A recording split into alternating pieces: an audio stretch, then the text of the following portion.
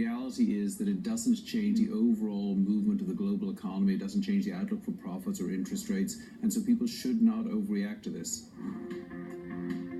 Borders will be strengthened initially after this, and the topic of Schengen will come up again. As a businessman that operates within the European Union, how important is Schengen as an agreement for and as a pillar of the EU, and do you consider it under threat, and what does that mean for business Europe-wide?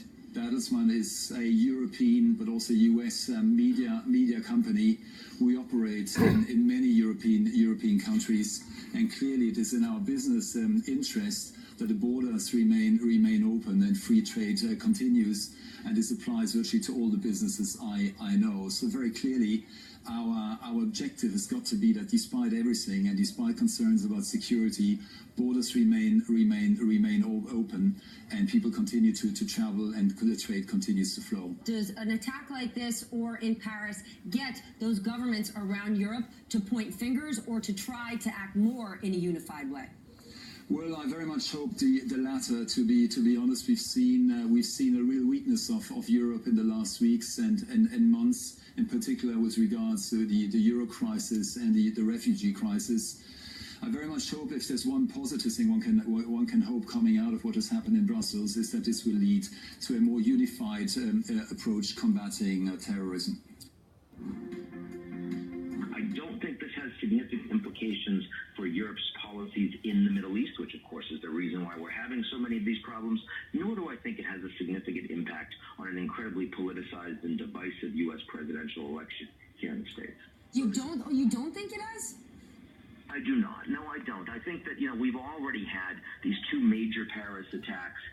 I think we've had a number of major terrorist attacks in Turkey. We had the German assaults, and now we have Brussels. I think by next week, frankly, I'd be surprised that in the United States, this is the kind of headline we're still actively talking about. I think we are increasingly getting inured to this kind of violence in Europe.